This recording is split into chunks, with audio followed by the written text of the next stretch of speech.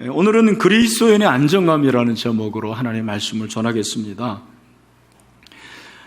오늘날 전 세계에 수면제를 복용하지 않고서는 잠을 이루지 못하는 사람들이 수백만이 된다고 그래요. 아마 우리 성도들 가운데도 그런 분들이 있을지 몰라요. 원인이 뭘까? 다양한 원인이 있겠지만 제 생각에 주요한 원인 중에 하나가 마음의 불안이 아닌가 생각합니다. 불안하니까 잠을 이루지를 못하는 거예요. 모든 인간의 내면의 기저에 뿌리 깊은 것, 그것이 바로 불안이라는 것입니다. 불안하기 때문에 안정감을 추구를 합니다. 교회 안에도 안정된 교인들이 있고 불안정한 교인들이 있어요. 안정된 교인들은 환경과 자기 감정에 그렇게 휘둘리지 않습니다. 한결같아요. 대인관계도 덕을 끼치고 좋은 관계를 유지합니다. 그러나 불안정한 교인들은 자기의 감정에 휘말려요. 그래서 자기 감정이 그냥 천당과 지옥을 왔다 갔다 그럽니다. 그리고 다른 사람과의 관계에서도 덕을 끼치지 못하고 불화를 하는 거예요. 이유가 뭐냐? 영적으로 불안정하니까, 정서적으로 불안정하니까 그렇다고 저는 생각을 합니다. 오늘 여러분들이 이 말씀을 듣기 전에 한번 스스로 생각해 보세요. 나는 안정감이 있는가? 나는 안정된 그리스도인인가? 아니면 불안정한 그리스도인인가? 오늘 사도 바울이 빌립보 교인들에게 관용을 말씀하시고 화목을 말씀하시고 그러면서 안정된 영적인 안정에 대해서 강조를 하고 있습니다. 6절이죠. 우리 6절, 7절 말씀을 다 같이 한번 읽어보도록 합시다. 시작. 아무것도 염려하지 말고 다만 모든 일에 기도와 간구로 너희 구할 것을 감사함으로 하나님께 아뢰라.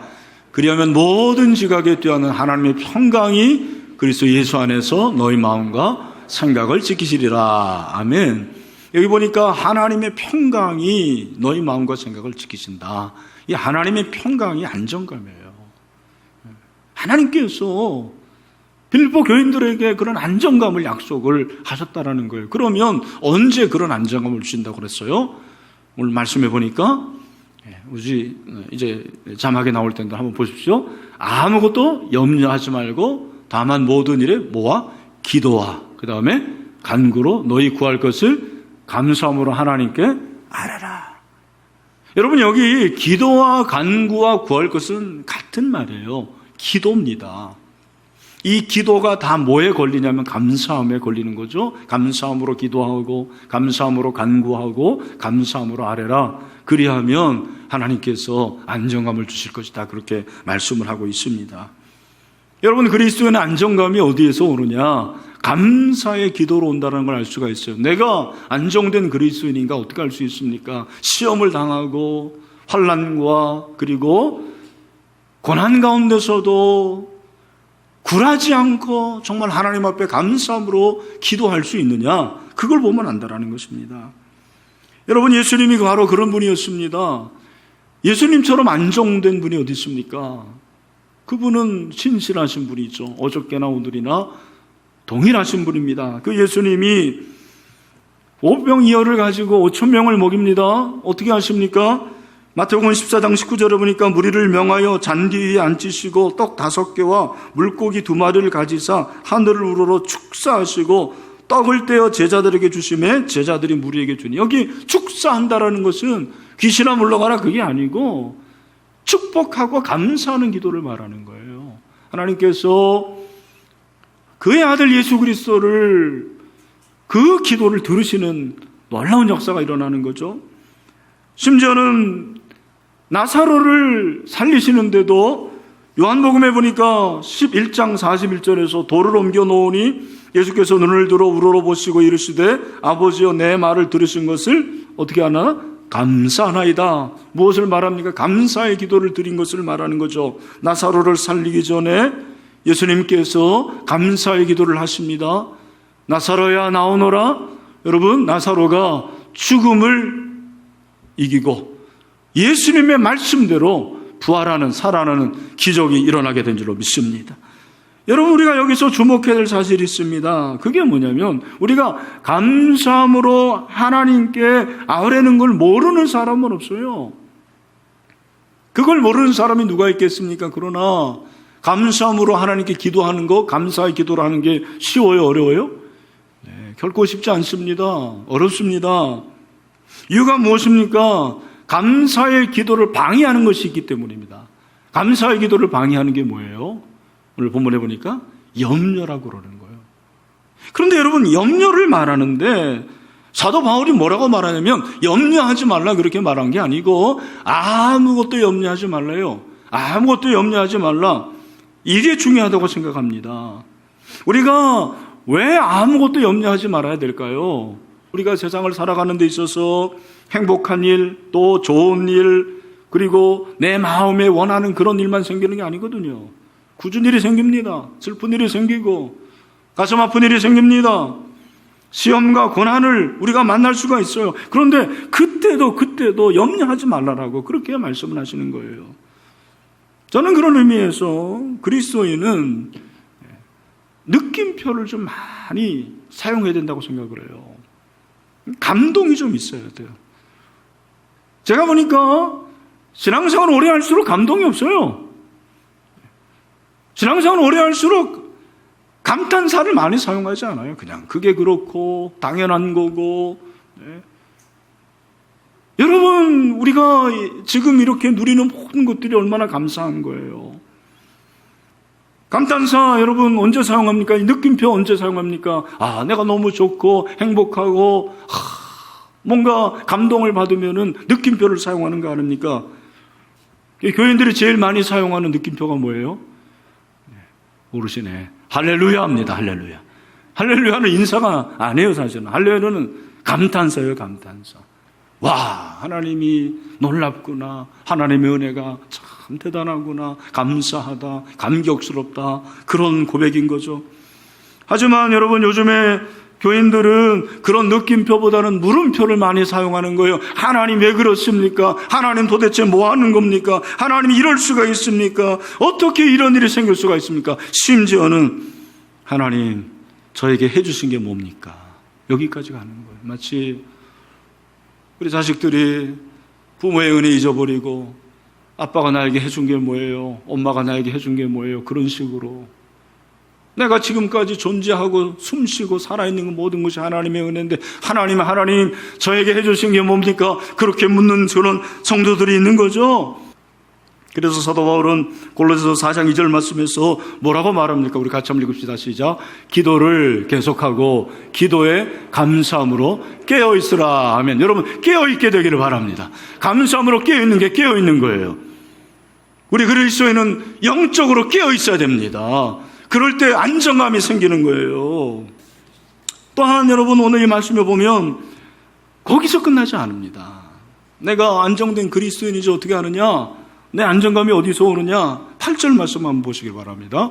우리 8절을 같이 한번 읽읍시다. 시작. 그토록 형제들아 무엇이든지 참되며 무엇이든지 경건하며 무엇이든지 옳으며 무엇이든지 정결하며 무엇이든지 사랑받을 만하며 무엇이든지 칭찬받을 만하며 무슨 덕이 있든지 무슨 기름이 있든지 이것들을 생각하라. 아멘. 여러분 8절에 보니까 무엇이든지가 몇 번 나오죠? 예, 6번. 호사라는 헬라어예요. 여러분 글 쓰는 분은 아시겠지만 글을 쓸 때 가장 기본 중에 하나가 뭐냐면 같은 단어를 반복하지 않는 거예요. 사도 바울은 대단한 사람입니다. 여러분 성경을 읽으면서 사도 바울이 이런 같은 단어를 몇 번 반복한 적이 있나요? 물론 빌립보서 2장에 각각 돌아보고 각각 서로 이런 각각은 있지만 6번이나 사용하는 경우는 없어요. 바울이 몰라서 그러냐? 아니에요. 무엇이든지 이 호사라는 6분은 중요한 걸 말해주고 있는 거예요. 그런데 이 모든 것의 본 동사가 뭐냐면 생각하라요, 생각하라. 8절의 말씀 맨 마지막에 이것들을 생각하라. 뭘 생각하느냐? 6가지를 생각하라는 거예요. 여러분 여기 나올 텐데 한번 보십시오. 첫 번째는 뭐냐면 무엇이든지 이것이 참된가. 여러분이 어떤 일을 하든 무슨 일을 하든 먼저 생각하는 거예요. 하나님, 이게 참된 겁니까? 이게 진실한 것입니까? 라고 질문하라는 거예요. 그걸 생각하라는 거예요. 두 번째는 무엇이든지 경건하다. 이것은 고상하고 존경스러운 걸 말하는 거예요. 세 번째는 무엇이든지 옳은가. 이 옳다라는 것은 틀리다, 맞다 그런 의미가 아니고, 잘 들으세요. 이 옳다라는 거, 이것은 하나님과의 관계가 정상화되고 이웃과의 관계가 가장 맞는 관계래요. 그래서 옳으며 그 다음에 정결하며, 이 정결하는 것은 내가 어떤 일을 하는데 이 동기가 순수한가, 깨끗한가, 그걸 생각해 보라는 거예요. 그리고 다섯 번째로 사랑받을 만한가. 이 사랑받을 만하는 것은 이게 참 중요해요. 매력적인가? 매력적인가? 이걸 한번 생각하라는 거죠. 마지막으로 칭찬받을 만한가? 그래서 저는 이 6가지를 앞자만 따가지고 참경, 올정, 사칭 한번 따라합시다. 참경, 올정, 사칭 외우시기를 축원합니다. 네. 첫 번째 뭐예요? 무엇이든지 참되고, 두 번째는 무엇이든지 경건하고, 세 번째는 무엇이든지 옳고, 네 번째는 무엇이든지 정결하고, 다섯 번째는 무엇이든지 사랑받을 만하고, 여섯 번째는 무엇이든지 칭찬받을 만하고. 참경, 올정, 사칭. 2부 예배 끝나고 어떤 은퇴 장로님인데 악수하면서 참경, 올정, 사칭 딱 그러더라고요. 제가 할렐루야 그랬습니다. 너무너무 중요한 거예요. 우리는 이 세상을 살면서 참경, 올정, 사칭이 아니고 자꾸 큰 걸 생각합니다. 화려한 걸 생각합니다. 유명한 걸 생각하는 거예요. 잘 사는 걸 생각하는 거예요. 물론 좋아요. 그러나 그리스도인은 그거보다는 이게 정말 참된 일인가? 경건한 일인가? 이것이 옳은 일인가? 정결한 일인가? 정말 사랑받을 만한 일인가? 하나님께 사랑받는 일, 그리고 칭찬받을 만한 일인가? 이걸 생각하라는 거예요. 여러분, 내 생각이 납니다. 꼭 기억하십시오. 오늘 시간에도 여러분 이렇게 예배를 드리지만 생각이 다 달라요. 여러분이 지금 생각하는 게 여러분이에요. 하나님께 집중하고 하나님을 생각하는 사람들은 참된 예배죠. 그러나 이 예배를 드리면서도 정말 여러분이 사선을 뚫고 이 자리에 왔는데 생각은 딴 데 가 있는 거예요. 그게 여러분이에요. 생각이 너무 중요해요. 그래서 솔로몬은 뭐라고 말합니까? 잠언서 23장 7절에서 중요한 걸 말해주겠습니다. 대저 그 마음의 생각이었다면 그 위인도 그러한즉 그가 내게 먹고 마시라 할지라도 그의 마음은 너와 함께 하지 아니하며. 여러분, 이 말씀 중에서 어려운 게 그 위인도 그러하다. 이 위인이 뭐냐면 위대한 사람을 말하는 게 아니고, 이 위인이 뭐냐면 됨됨이를 말하는 거예요. 내가 생각하는 그 생각이 나의 됨담이라는 거예요. 생각이 너무 중요해요. 우리가 어떤 생각, 바로 이 6가지를 하는데 어떻게 이런 생각할 수 있습니까? 참경, 올정, 사칭. 사도 바울은 중요한 걸 말해주겠습니다. 로마서 8장 5절 6절의 말씀이죠. 우리 다 같이 한번 크게 읽읍시다. 시작. 육신을 따르는 자는 육신의 일을, 영을 따르는 자는 영의 일을 생각하라니 육신의 생각은 사망이요 영의 생각은 생명과 평안이라. 아멘. 여러분, 여기서 영의 생각은 성령의 생각이에요. 우리가 어떻게 참경, 올정, 사칭을 하나님 앞에 아뢰고 그런 생각할 수 있느냐? 내 힘으로 안 돼요. 성령님을 의지하는 거예요. 성령님, 제가 이 일을 하려고 그러는데 이거 옳은 겁니까? 참된 겁니까? 경건한 겁니까? 정결한 겁니까? 이것이 사랑받을 만한 겁니까? 이것이 칭찬받을 만한 겁니까? 성령님께 구하세요. 그리고 제가를 받으세요. 그래, 하나님께서 진짜 그렇다 이렇게 말씀하시지는 않지만 우리에게 마음을 주십니다. 말씀을 주세요. 그러면 그 말씀을 어떻게 해요? 그 생각을 행하는 거예요. 그래서 오늘 9절에 보니까 우리 9절 말씀을 같이 한번 읽읍시다. 9절도 굉장히 중요한데, 시작. 너희는 내게 배우고 받고 듣고 본 바를 어떻게 행하라. 그리하면 평강의 하나님이 너희와 함께 계시리라. 아멘. 그러니까 행하는 게 있고 생각하는 게 있어요. 그 전에 여러분, 무슨 덕이 있든지 무슨 기름이 있든지 이것들을 생각하라는 두 것도 있는데, 여기서 이 무슨 덕이라는 것은, 이 덕이 무엇입니까? 도덕적인 탁월함을 말하는 거예요. 저는요, 요즘에 어떤 생각하냐면, 한국 교인들이, 목회자들이 상식적인 생각하고 상식적인 행동만 하더라도 사회의 지탄을 받지 않는다고 생각해요. 오늘날 우리가 상식에도 미치지를 못해요. 세상의 도덕적인 기준에도 미치지를 못합니다. 이게 아픔인 것 같아요. 무슨 세상을 초월하고 그들보다 더 탁월한 도덕적인 그런 수준을 요구하는 것도 아닌데, 그러나 오늘 사도 바울은 오늘 분명히 말씀하고 있어요. 무슨 덕이 있든지 이 도덕적인 탁월함, 실천을 말하고 있어요. 그걸 생각하라는 거예요. 이게 과연 도덕적인가, 윤리적인가? 여러분, 제발 부탁합니다. 상식선에서만이라도 하세요. 사실은 그보다 더 뛰어나야 됩니다. 우리 신일교회, 저뿐만 아니라 여러분 모두가 이 도덕적인 탁월함으로 그리스도를 드러낼 수 있는 그런 은혜가 있게 되기를 소원합니다. 무슨 기름이 있든, 이 기름이 뭐냐면 칭찬이에요. 칭송, 찬송. 이게 하나님께 영광 올려드리는 것이고, 이거 하면 사실 끝나는 거죠. 이게 하나님께 찬송이 되고 하나님께 영광이 된다 생각하면 행하는 거예요. 근데 뭘 행하느냐? 내게 배우고 받고 듣고 본다. 이게 뭐예요? 이게 바로 말씀 아닙니까? 이게 말씀이죠. 이게 성경이죠. 이게 복음이죠. 예수님이 우리를 가르쳐 주신 거죠. 이 성경을 왜 주셨어요? 읽으라고. 물론 읽어야 돼요. 묵상하라고 맞습니다. 암송하라고 맞습니다. 근데 최종적인 뭐예요? 행하라고 주신 거거든요.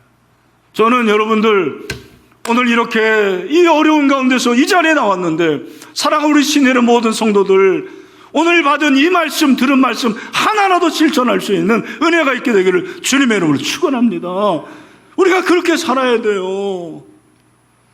7절과 9절에서 공통적으로 사용하는 표현이 있습니다. 그게 뭐예요? 7절에 보니까 그리하면 모든 지각에 뛰어난 하나님의 평강이 그리스도 예수 안에서 너희 마음과 생각을 지키시라. 여기 보니까 우리가 그렇게 감사함으로 아뢰면, 제 생각으로는, 제 상식으로는 그러면 응답해 줄게, 그렇게 나와야 될 것 같은데 그게 아니고, 하나님의 평강이 너희 마음과 생각을 지키시리라. 뭘 약속하셨어요? 하나님의 평강. 여러분, 하나님의 평강이 저와 여러분에게 있는 것이 축복인 줄로 믿습니다. 그 하나님의 평강이 있으면 어떻게 되느냐? 모든 지각에 뛰어난 거예요. 그 하나님의 평강은, 그 하나님이 주신 안정감은 모든 지각에 뛰어나요. 어떤 중학생이 이 말씀 보면서 모든 지각에 뛰어난 하나님의 평강, 하나님도 지각을 많이 하셨나 보다, 이렇게 해석을 했다고 그래요. 무슨 말인지 모르는 사람은 나중에 저에게 오시기를 바랍니다. 여러분, 지각에 뛰어난 건 그런 지각이 아니죠. 이 지각에 뛰어났다는 것은 하나님이 우리에게 주시는 이 안정감은요, 우리의 이해와 논리를 초월하는 거예요.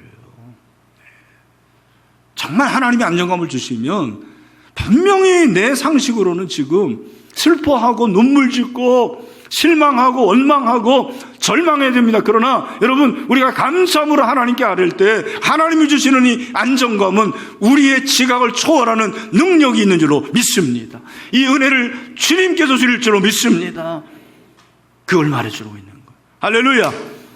그 다음에 9절, 너희는 내게 배우고 받고 듣고 본 바를 행하라. 그리하면 평강의 하나님이 너희와 함께 계시리라. 아멘. 하나님의 평강은 똑같은 거예요. 똑같은 거예요. 하나님 지키신다, 하나님 함께 계신다, 그것도 같은 말이죠. 여러분, 이 말씀은 관계에서 해석을 해야 된다고 생각을 해요. 무슨 말이냐? 하나님께서 우리가 감사함으로 기도하고, 그리고 참경울정 사칭을 먼저 생각하고 하나님의 말씀, 주님의 말씀을 우리가 행동하면 하나님께서 하나님의 평강, 그 안정감으로 충만하게 하시는 거죠. 그런데 이것은 하나님과 우리의 관계에서 어떤 관계입니까? 하나님은 우리의 아버지가 되십니다. 사무엘하 22장 33절에서 그걸 말해주고 있습니다. 우리 같이 한번 읽어볼까요? 시작. 하나님은 나의 경관 요새시며 나를 안전한 것으로 인도하시며. 이 코로나19 가운데서 하나님께서 저 여러분을 안전한 곳으로 인도하시기를 소원합니다. 우리가 자녀이기 때문에 그런 거예요. 아버지가 그렇게 하십니다. 미국의 심리학자 스테판 폴더는 모든 인간관계의 핵심 요소 아버지라는 책에서 아버지의 유형을 5가지로 제시하고 있습니다. 첫 번째, 성취 지상주의형 아버지. 두 번째, 시한폭탄형 아버지. 세 번째, 수도형 아버지. 네 번째, 부재형 아버지. 다섯 번째, 배려하는 멘토형 아버지.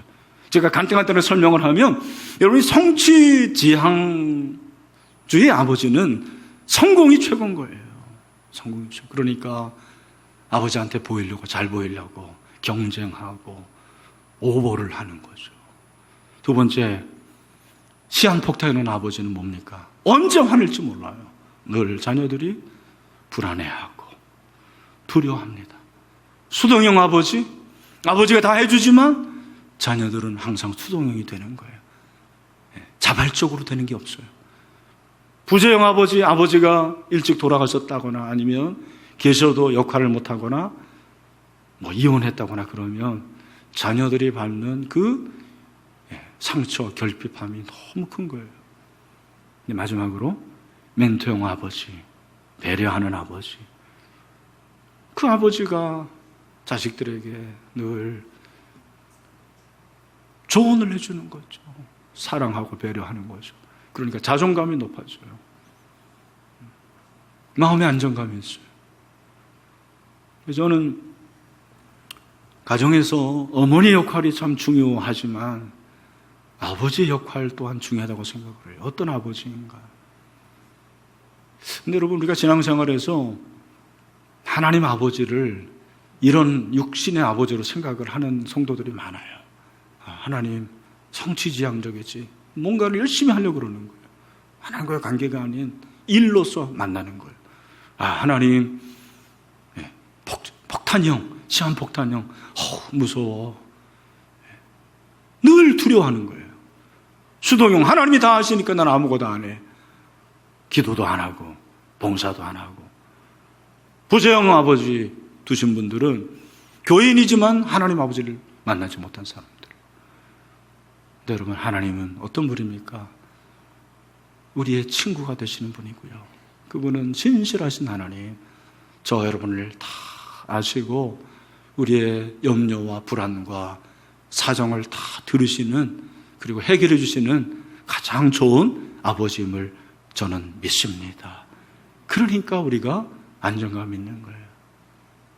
예수 믿는 사람들은 불안해하면 안 돼요, 사실은. 막 다리 떨지 마세요, 여러분. 막 그냥 마음이 너무 초조해가지고 안절부절 못하고 그러면 안 돼요. 저는 오늘 시간 이 하나님 아버지의 안정감이 예배드리고 있는 모든 성도들에게 충만하기를 주님의 이름으로 축원합니다. 말씀을 정리하면서 혹시 여러분 가운데 불안하신 분들이 있습니까? 염려하시는 분들이 있습니까? 오늘 왜 염려하느냐? 왜 두려워하느냐? 찬양했잖아요. 하나님 아버지가 우리의 아버지십니다. 그분이 하늘의 평강을 주십니다. 그러므로 감사함으로 기도하시고, 참경울정 사칭 6가지 기억하는지 모르겠는데 먼저 생각하시고, 덕을, 기림을 생각하시고, 듣고 보고 본 바를, 받은 바를 행동하고, 그래서 하늘의 평강이, 안정감이 충만한 그런 하나님의 사람들이 다 될 수 있게 되기를 주님의 이름으로 축원합니다.